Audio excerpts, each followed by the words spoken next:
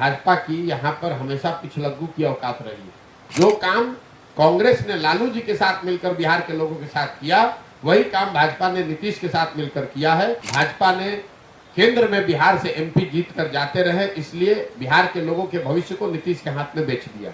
नमस्कार, मेरा नाम उत्कर्ष है। आप लाइव सीरीज देखना शुरू कर चुके हैं। भाजपा की बिहार में और देश में पिछलग्गू की औकात है, ये बात हम नहीं बल्कि राजनीतिक विशेषज्ञ प्रशांत किशोर द्वारा कहा गया है। देखिए, प्रशांत किशोर यानी कि पीके ने एक बार फिर से बीजेपी पर जमकर निशाना साधा है। साफ कहा है, जिस तरीके से कांग्रेस लालू के हाथ में बिहार को बेच देती थी ताकि जितने भी एमपी हैं वो बनकर केंद्र में जाए, वैसे ही बीजेपी ने नीतीश कुमार के हाथ में बिहार को बेच दिया ताकि जो जितने भी एमपी हैं बिहार के वो सब चुनकर केंद्र में जाएं और बिहार से केंद्रीय मंत्री बने। तमाम मुद्दे को लेकर क्या कुछ कह रहे हैं प्रशांत किशोर, पूरा बयान सुने आप। भाजपा की यहाँ पर हमेशा पिछलग्गू की औकात रही है। जिस तरह से कांग्रेस ने दिल्ली में एमपी के आता रहे इस नाम पर बिहार के लोगों को, बिहार के बच्चों, बिहार के लोगों के भविष्य को लालू के हाथ में बेचा, उसी तरह भाजपा ने केंद्र में बिहार से एमपी जीत कर जाते रहे, इसलिए बिहार के लोगों के भविष्य को नीतीश के हाथ में बेच दिया। भाजपा 2015 में 2020 में भाजपा सबसे बड़े दल के तौर पर उभरी थी। नीतीश जी मुख्यमंत्री नहीं बन रहे थे, भाजपा को किसने रोका था जिम्मेवारी लेने से? आज घड़ियाली आंसू बहा रहे हैं। आपको उस समय नीतीश के प्रेम में आपने नहीं उनको मुख्यमंत्री बनाया था। ये मुख्यमंत्री इसलिए बनाया था कि हमारा समीकरण यहाँ बना रहे और दिल्ली में हमारा 35-40 एमपी जीत कर जाता रहे। बिहार के लोग गतलखाना में जाते हैं तो जाए।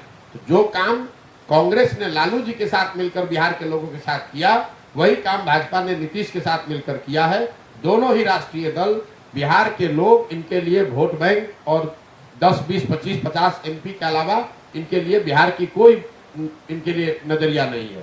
तो आपने साफ सुना किस तरीके से पीके ने एक बार फिर से बीजेपी पर जमकर निशाना साधा है। कहा है कि बीजेपी की बिहार में तो पिछलग्गू वाली ही औकात है और केवल बिहार ही नहीं, पूरे देश में यही औकात बन के रह गई है। जिस तरीके से लगातार नीतीश कुमार के हाथ में उन्होंने बिहार को बेच दिया ताकि बिहार से जो तमाम एमपी हैं उनके, चाहे वो 20 हो या 30, सब यहां से जीत कर केंद्र में जाएं। जिस तरीके से कांग्रेस किया करती थी लालू यादव के साथ, लालू यादव के हाथ में बिहार को बेच देती थी ताकि बिहार के युवा जो हैं वो बर्बाद हो जाएं, ताकि लालू यादव के जो सांसद हैं वो जीत कर जाएं केंद्र में और केंद्रीय मंत्री बने। लगातार 24 के चुनाव को लेकर बिहार में राजनीतिक सरगर्मियां तेज हैं और ऐसे में राजनीतिक विशेषज्ञ पीके ने यानी कि प्रशांत किशोर ने जमकर निशाना साधा है बीजेपी पे।